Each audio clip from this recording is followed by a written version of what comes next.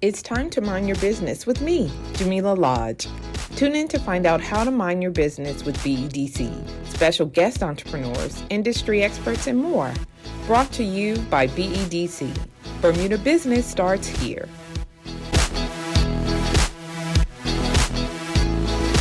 Welcome to Mind Your Business. I am your host, Jamillah Lodge, and I am thrilled to have two extra special guests with me today. First of all, Joyel Crawford of Crawford Leadership Strategies, who's visiting all the way from Philly. Yes. So welcome to Bermuda. And of course, the U.S. Consul General, Mrs.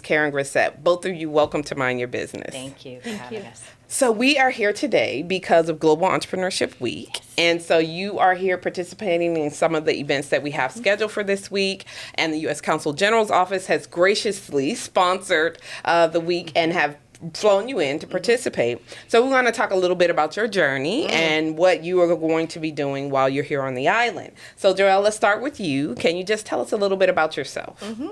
Well, I like to say that I grow leaders for a living. Okay. And that's one of my passions. And it started from, I don't know, I guess maybe I was just naturally bossy. I just like to get involved with things. I just learned the new term pokey. I'm just nosy. Yes, pokey. that's the first. So I just like to get involved with things and like to see people get where they need to go. Okay. And so I spent almost 20 years at Verizon Wireless working in human resources and leadership development. And about 15 years into that, somebody pulled me aside and said, you know, you're career coaching people. And I said, what? I'm getting paid for one job, but doing the job of three people? What's going on here? So I did a little bit more research and started exploring it and started my own coaching and consulting practice while I was working full-time at Verizon Wireless. Oh, wow. And so I will say it was a slow start. Okay. And I would probably suggest that any entrepreneur, if they're working a full-time job, try to get their business off the ground a little bit more than when I did before taking the leap outside of the office. That's actually one of the questions I was going to ask, because that is very much what it's like in Bermuda for the entrepreneurial community. A lot of the times people have 9-to-5s, but they have this side entrepreneurial passion. Yes. But they're like, okay, when do I take the leap? What do I do? How long do I stay within my 9-to-5 before I decide to do entrepreneurship on a full-time basis? And so your suggestion is to slow your roll. Keep the main hustle going. Yeah. And when the side hustle starts becoming the main hustle is when it's time to transition. Okay. I did not do it that way. If I could write a book about my transition, it would be from 6 figures to food stamps to fabulous. Yes. I ran out of survival money. I had to go on state assistance. Yeah. You know, and it was a harrowing experience, and I definitely would not suggest trying to start a business with that, because you start to pick projects or clients out of desperation. Yes. And that kind of energy detracts what you ideally want from a client and a customer. So when you, I think the title of the book, by the way, is what you just said. Because I'm like, I would read that. But I think it rings true for people, right? Because not everybody starts with savings even to pursue their passion. Absolutely. So understanding that struggle and saying, you know what, I'm going to move forward and I'm going to decide to bet on myself, right? Despite the fact that it might take a little bit more time, it might be harder, but that's all about the entrepreneurial journey, right? So now you left your full-time job and now you are working for yourself full-time. Yep. So when do you think you crossed over to like, okay, I got this. Yeah, I got this. When I was able to file taxes for the first time. Okay. When I was actually making enough money to file taxes, I was like, okay, well, I guess this is it. I'm doing something, and now I need to report on it. And my promise to myself was, if I stop making money, then I'll stop doing the business. Right. And I just kept, building the business and building revenue, and it just kept me motivated to keep going. Okay. And when people believe in you, when my first client signed with me, that gave me the confidence that I had something that was special that could be utilized, and it just motivated me. That one client, that one customer. And I never saved the paycheck, but save that check. That first check, right? Save it, because it's just such a motivator to remember how far you've come and that people were willing to bet on you and to continue to betting on yourself. Yeah. I mean, I love that. I think it's important that people recognize that it's not going to come easy all the time. And sometimes I think people give up, right? Because they're like, okay, this is too much. I thought I was going to be able to do it. Oh, yeah. And we see that a lot in this environment because it's so expensive to live in Bermuda sometimes. So the cost of doing business is also high. So when you talk about some of the challenges, can you share with us some of the challenges that you had to overcome as you made the transition into working for yourself? I think the biggest challenge was telling people that I was in business for myself. I had lived with this international brand. That was my identity. And I had to create my own brand by myself. So for 6 months, I actually sat on my website. I didn't tell anybody about it. I didn't say anything. And then I was like, that's when I started running out of money. And I was like, okay, everybody, I got a business, sign up. Right. You know, like, and so I utilized my friends and my family. I think the biggest challenge is making a name for yourself. Yeah. And it doesn't have to be big or splashy or whatever. You just start with the lowest hanging fruit. Your family is your friends are your street team. They're the ones that are going to help market and put it out there. And sure enough, my auntie told somebody who needed some career coaching. She was my first client that signed on with me. And I just think it's really, that was super, super challenging. Getting the business, but B, branding myself. So I signed up with a lot of different membership organizations. I became a member of the Forbes Coaches Council. And then all of a sudden, these like random freelance writers started reaching out to me, wanting to put me in Essence magazine and, you know, and all of these different publications that I had never heard of. And I was like, well, I'm not really putting myself out there, but it's just the act of doing that. It's just getting out. The biggest challenge is getting out of your own way and believing that you can do this. And so like those little milestones, those challenges helped me, but I also tracked them. And I think that we don't give ourselves enough credit as entrepreneurs that we've made some major, steps. Right. Because I actually started when things weren't really coming in, I was like, I'm just going to go back to a get a full-time job. 9-to-5 job. This isn't working out. I had 3 offers and one client of mine who I hadn't worked with, I call her my fairy god mentor, which I've now purchased the trademark. So so I was just like, she's like, you know what, if you keep using that term, I'm going to use it. And I'm like, nope, I bought it. Yes. So, but she said to me, she goes, I heard a rumor that you were giving up on your business. And I said, well, no, I'm not giving up, but it's just really hard. Yeah. I'm not making any money. I've been in this for like 2.5 years now. She said, give me a shot. Work with me. So she signed on as a client. So being transparent, not being ashamed of where you are and sharing that pain with other clients. I mean, it might make you feel like you're weak, but asking for help is a sign of strength and not weakness. So, I concur 100%. Like if we was in church, I'd be amening because I think it's so true. You know what I mean? And I think people respond to that sincerity and they can see themselves in you, right? Yes. So I appreciate you for sharing that story, and I can't wait to hear what you say at our upcoming Women's Conference. Now, I want to turn my attention to the U.S. Consul General, and I would like you to please introduce yourself and tell us a little bit about your story, how you got here really quickly, and then we'll get into the U.S. Speakers Bureau. Yeah, thank you so much, and thank you for having us and having both of us. So I have been here in Bermuda for over 2 years now. It's gone by fast. I'm a U.S. diplomat, so I've been a career diplomat for a long time now, over 20 years.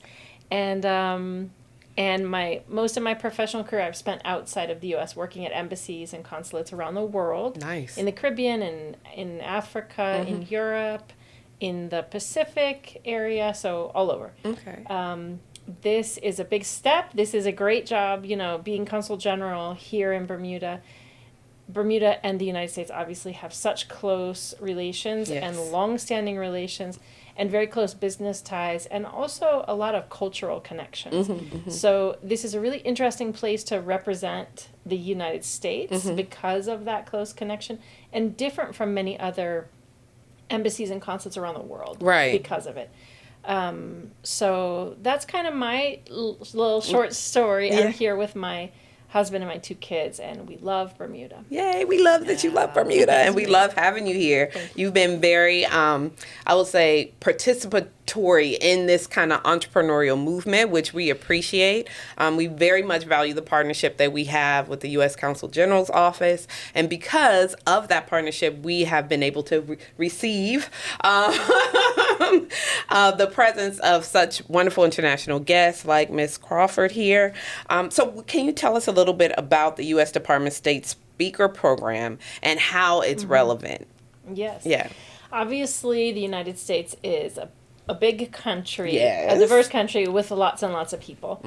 And among all of those many citizens, we can pretty much always find an amazing representative for whatever our partners overseas around the world want help with or want a speaker to represent, you know. And so this is an example, Ms. Crawford's journey and her entrepreneurial journey and her professional background and her area of expertise is so relevant for Global Entrepreneurship Week. That's right. And so thank you for saying that, you know, we support it. With my team, Camille Haley, and the whole team at the consulate, we have participated and supported Global Entrepreneurship Week for years. Yes, you have. And we're happy to keep on doing it, and that will continue, you know, beyond my time.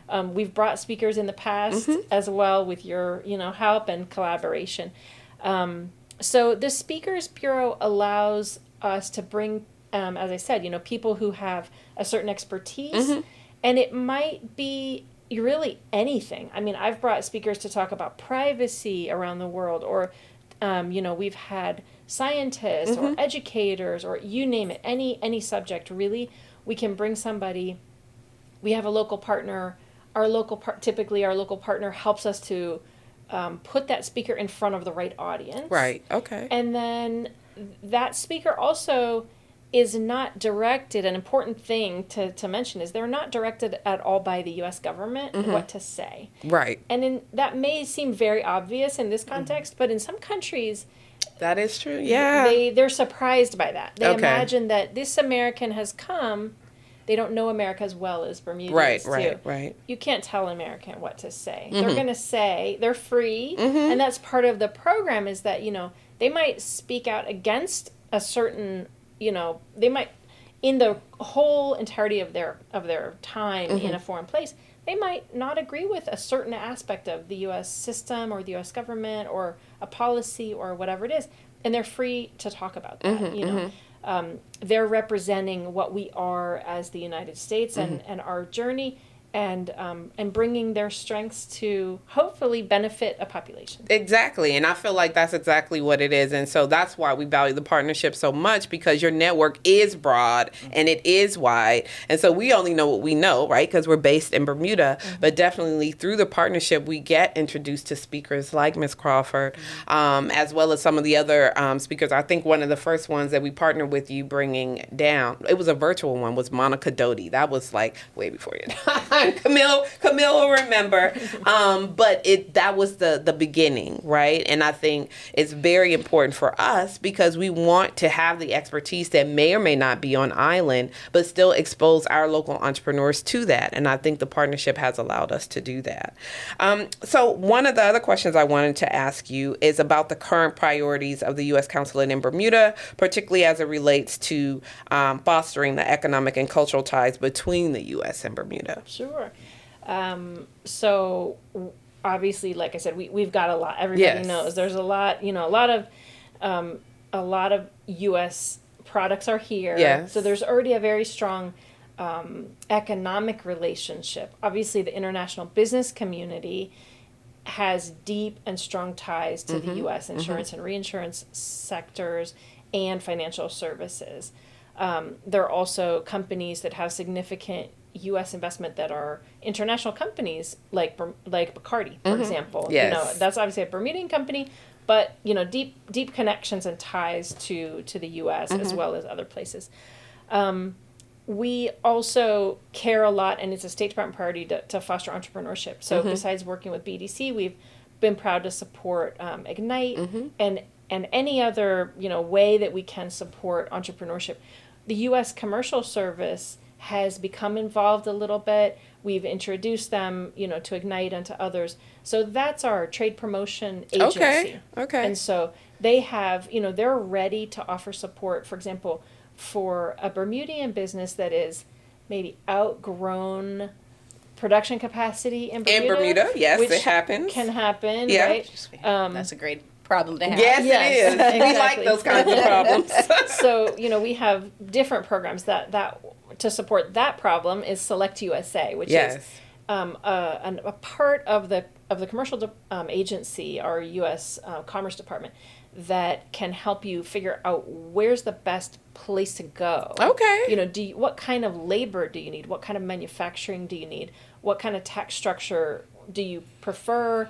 And then you can figure out which state, because obviously the U.S. is big. Yeah. And can be complicated, and it's also got 50 different jurisdictions, besides states and also counties. So Select USA, and they have an annual conference that you can go to, or they have a website that you can just check out and say, like, here's, and toggle and figure out what you need, and then what kind of places it might recommend. I feel like we have not been leveraging this connection as much as we should, because I think that that's great. You know what I mean? We've worked with you to bring in speakers and the Speakers Bureau, but there are people, like you said, who outgrow what is happening or the production capabilities in Bermuda. And so we need that. In my mind, this is like an extension of mentorship and connecting people, which I think is important to an entrepreneurial journey as well as the entrepreneurial growth. Yeah. So switching back to you, Joyel, I'd like to get your thoughts around the importance of mentoring or mentorship in entrepreneurship. I'm licking my fingers. That's like one of my favorite things to talk about. Again, fairy god mentor. I really think it's so important to have a mentor when you're not only just coming up, but while you're going through just the regular growing pains, because entrepreneurial journey is not straight line. No. It's got its ups and its downs, and its in and its outs. And I also think a mentor doesn't necessarily have to be somebody who's older than you. You can gain experience from all different levels, but it's so super important, and I'm highly, highly charged about that. I speak about that all the time to organizations and different clients about the importance of being not only a good mentor, but a good mentee. Like, how do you receive this information? How do you nurture this information? How does your mentor know how to communicate with you? What kind of information and feedback do you need, and how do you need it? So I like to coach both sides of the table and foster that relationship. And it's so important to keep in touch. Like, no, it's not cool to dine and dash and get the information from your mentor and just like run off and be like, peace out, now I'm making millions. I'm out of here. But it's so important to keep at least like quarterly, but like to talk to your mentor about how often do you want to keep in touch? How regularly do you want to keep in touch? Just so that your mentor knows how you're doing and, if you need any more assistance. What was really exciting and interesting to me is that I'm the sock that doesn't get lost in the laundry. So one of my mentors from 20 years ago reached out to me for help on how to write a book. I was love just that. like, what? I was like the roles are reversed the now, roles right? reversed. Yeah. So you never know when, you're going to need help from each other. So it's important to keep in touch and can keep sharing that information, and you just lift as you climb. And that's really the main thing. It's super, super important.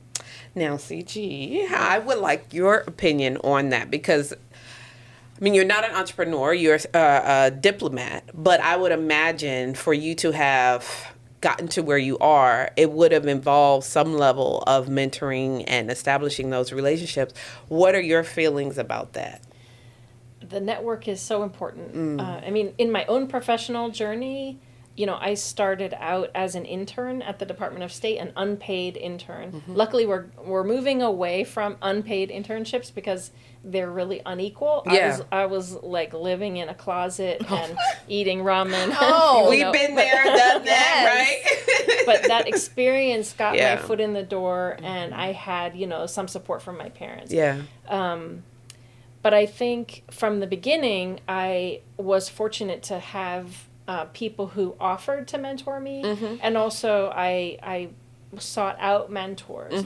And in my work, that's actually really important. We need to, I mean, in anybody's work, you need to have that network of people that help you grow. And I think, it's back to those kindergarten skills of being a nice person, being a good person, because, that's how you grow your network is by being sincere, like we feel that coming from Joyel. You feel it. She's sincere. She wants to help people, and we've expanded our network already in the last day by having you here. And I don't think it matters what your profession is. You move up and you grow your network. And by being a good person, by giving and receiving, and not only taking, but being able to give back, in whatever way that you're capable of giving back. I think that it's a great segue to the next question. So on a broader scale, not just individual to individual, but how important is it for the development of, let's say, local entrepreneurs and cross-border collaboration? Like, how important is that would you say for local entrepreneurs to utilize those cross-border opportunities that the U.S. Consul General's office might be able to provide? Well, we think it's very important. One thing that we didn't touch on, but I think people know it has been a passion of mine, is looking and considering ways that young entrepreneurs can gain U.S. experience, and the primary way is through studying in the U.S. or having some kind of educational or professional experience. But the easiest way really is to study. And I've spent a lot of time trying to bust the myth that it's impossible to study in the U.S., that it's too expensive to study in the U.S. We've put together, I hope people have seen our Study With Us campaign and videos that show young Bermudians who are in school right now, or young alumni who are saying, like, I did this, I studied. And this came out of having conversations with Bermudians who said, I understand it's too expensive to study in the U.S. And I said, really, how did you do it? Right. Oh, they said, several. Oh, I got a full scholarship. And I said, then why are you saying it's too expensive to study in the U.S. when there are so many scholarships available, not only in the U.S., not only in Bermuda, from Bermuda Scholarships and the very generous business community, but also from colleges in the U.S. that come to the consulate and say, we want Bermudian students. Really? Because they don't need a visa, because they speak English, because there's a diversity of all kinds of diversity on this island from, of various aspects. Yeah. And we want that in our U.S. universities, and we will pay them to come. In the sense, we will give scholarships to them.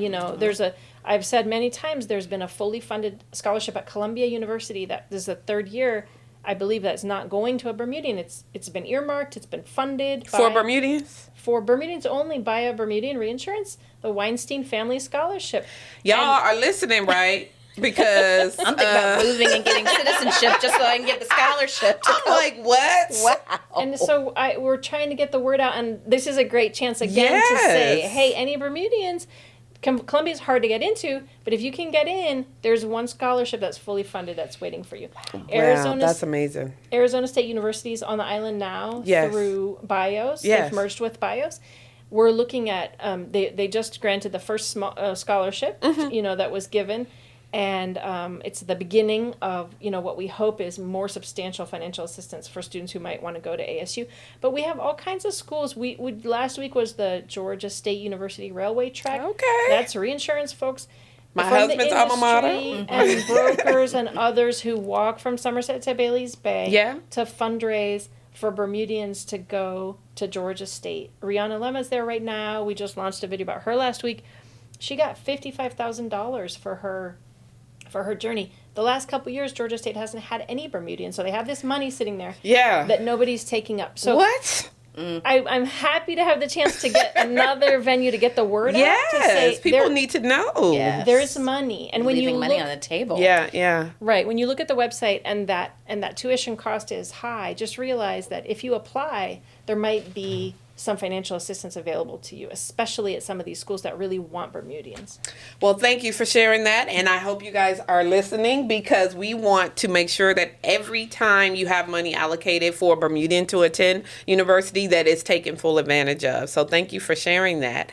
Now, talking about education, how important is that along the entrepreneurial journey, Joyel? So maybe you could speak a little bit about your experience and having all of those years at Verizon. Did you go to study that? Like, how did you transition and decide this is what I'm going to focus on leadership and do this? How important was education in that process? Well, I had to first think about how important education is in our family. You know, like, so that was like, you're going to college, there's no choice. That's part of the process. And you're going to grad school. Right. Because that was also part of the plan. So when I was lucky enough to get a scholarship, I say scholarship, but it was tuition assistance, 100%. Okay. Tuition assistance to go to grad school. So I got my MBA because I saw that as a vehicle to not only leveraging my career within the organization, but if I moved out and transitioned out of that, that I'd understand the business of business. What I didn't take, because I didn't know it at the time, was an entrepreneurship kind of focus or track. Right. So I learned how to make other businesses money, but I didn't know how to make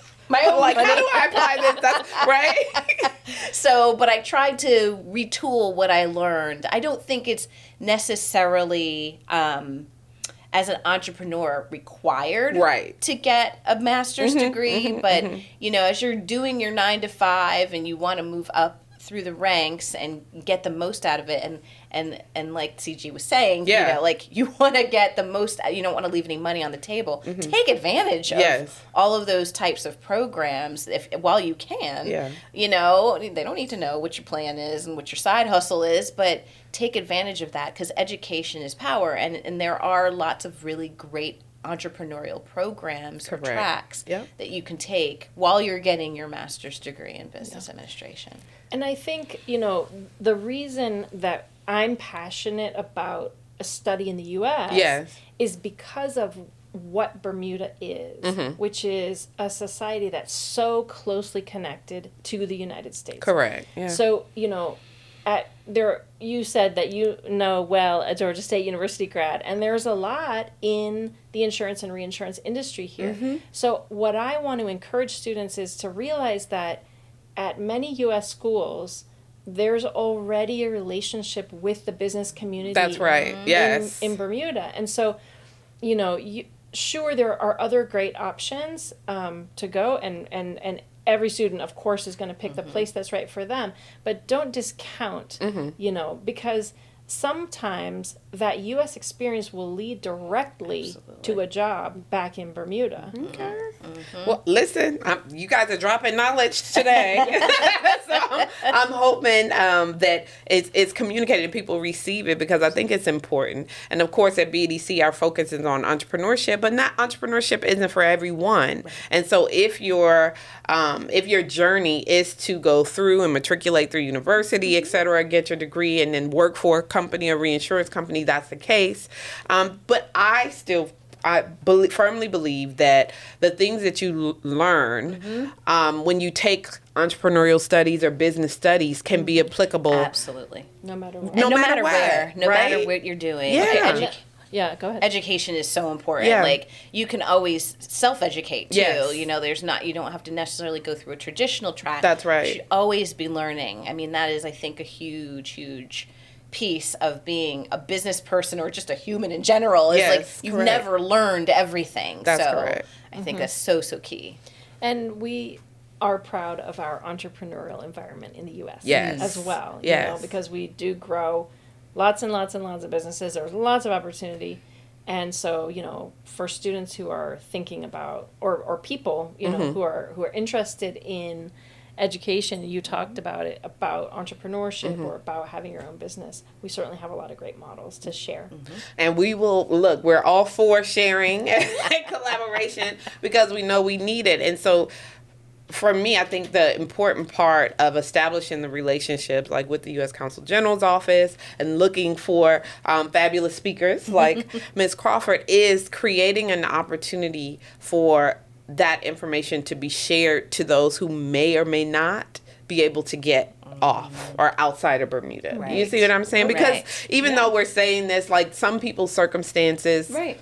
you know, it's just not going to be in the cards for them. So for us, it's important to say, okay, well, what can we do? What's the next best thing? Right. Okay, come on down. Right. You know what I mean? Let's localize that information with the goal that they still are going to be receiving the information. They're still going to be expanding their networks. Yes. And I think that that's hugely important. So I'm going to switch gears and talk a little bit about the upcoming Woman and Entrepreneurship Day conference. And I want to just get a sense of what you hope to share with the women entrepreneurs on island. Well, I don't want to give it all away. No, you can't do that. I'll leave some mystery. But I do want to share the messaging of the fact that we're unbreakable. Yes. So that's the title of the talk is Okay. Unbreakable: How to Rise and Thrive above it all. And there are going to be pitfalls and highlights and lowlights to that, but that we have the ability, we have the strength within us to continue to rise. Yeah, I love that. I mean, I think it's evident, right? Our U.S. Consul General here is a woman. And I think it's important to highlight those facts and for people to see, especially for young women, to see themselves, you know, in you, and to see what they can aspire to and what that they can achieve. So I think it's extremely important, which is why we look to host this conference every year, and which is why we value the partnership with the U.S. Consul General's office. Can you believe that we're almost like out of time? Oh my gosh. I know. I have like a gajillion I just questions got left. What I would like to kind of wrap up with or close with, and I'll start with you if you don't mind. What would you like to leave the listeners with regards personally, I would say, as it relates to entrepreneurship and the entrepreneurial journey, and from the U.S. Consul General's office? Like, what would you encourage people to consider as they go along their entrepreneurial path? Yeah. I think you just touched on it before, which is, again, why we do the speakers program, which is by bringing one amazing speaker or two, because we have two American that's right. speakers here right now, a man and a woman, and we've supported Joyel's, visit here, but by bringing, one or two people here, you said it, we can reach really a wide range of people here in Bermuda, and also bring this speaker into the Bermudian context. Start to expand her network and make connection with people here. I'm pretty confident that she's going to leave Bermuda with a number of contacts that she's going to stay in touch with. That's the kind of person that she is. The other speaker we saw, all the children at the youth summit, taking photos and whatever. That's going to happen at the women's conference as well. So for us, that's our goal, which is to bring somebody who has something to share, something valuable to share, something beneficial, and to continue to strengthen the relationship between the United States and Bermuda. It's already strong. We have a great relationship with the government of Bermuda and with businesses and throughout the island because of that close relationship and those close connections. But we don't take it for granted either. It's a two-way relationship. Yeah, it has to be nurtured. Like anything, you need water. You have to water the plants to make them grow. Yeah. So we're just honored to have the opportunity to be asked to bring somebody from the United States. There's a lot of countries in the world that have great people that you could bring. We're honored this year to have the chance again to bring an American entrepreneur and an amazing woman to share her story. And we are proud to be a partner with BDC and to continue to be so in the future. Thank you. Yeah. And I'll let you share some closing remarks as well as to. I think one of the biggest closing remarks is that when we're at our darkest point, when we're at the lowest point of where we want to give up, that you have to have hope and remember the why you started in the first place. That is the one thing that I would like for your listeners to remember, is that no matter how low or how it seems like it's impossible to get further, just remember why you're doing it in the first place. And that will motivate you to keep going. Just keep going. Yes, I love that. Well, ladies, I want to thank you both for spending some time with us today. I'm looking forward to the rest of the week and to continuing the connection and to furthering our relationship. We are going to be connecting about some of those other programs, by the way, because I'm like, as you're talking, I'm like, oh, I know who can, benefit from that. But I really, really appreciate you for sharing your stories, for talking a little bit about what the goals are for the U.S. Consul General's office. And I look forward to continuing the relationship, making sure that the partnership goes beyond just today and just this week, but continuing, because that's what it's about.